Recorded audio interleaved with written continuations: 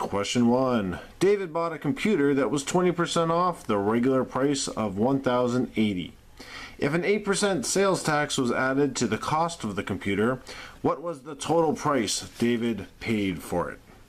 Alright, so we have a computer. It cost $1,080, and we need to we need to decrease 20%. So how do we do that? Alright, well, let's find what 20% of 1,080 is. And this is straight from 6th grade. You should be familiar with how to find a percent of a number. Just percent over 100. That's what percent means, per 100, percent. And I'll do a little cross multiplying and dividing.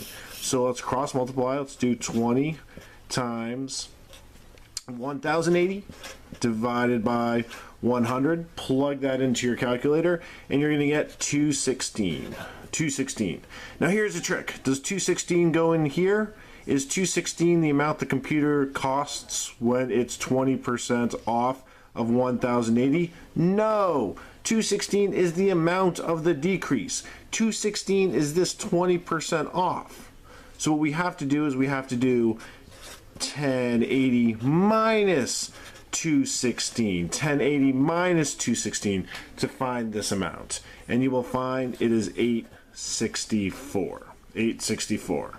Another way to do it, if you are so inclined, is to say, well, I know this is 20% here, so I know this is 80%.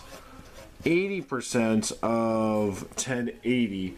80% of 1080, and then you can be like, well, 80% of 1080 is going to be, well, cross multiply and divide, just like we did before, 864. Either way you do it, you can find 80% straight off the bat, or you can find 20% and subtract it from the 100% 1080. You're going to get 864. For the computer, that was reduced from the original price by 20%. But you're not done. No, it says now an 8% sales tax is added. Notice that there's a tempting little distractor here. B says 864 is your final answer. Don't be distracted. Read the rest of the question. Know that now you have to add an 8% sales tax. So how do we do that? Well, we have 864. That's our new base number, and we're adding 8%. We're adding 8%. So how do we do that? Well, what is 8% of 864? Again, straight from 6th grade, let's do a little cross multiplying and dividing. We'll do 8 times 864 divided by 100. Plug that into our calculator and we'll get 6912. Is 6912 the final total amount? No, of course not. You have to add that. That's the 8%. You have to add that to 864. So again, 864 plus 6912, and you plug that into your calculator and your final answer will be 933.12.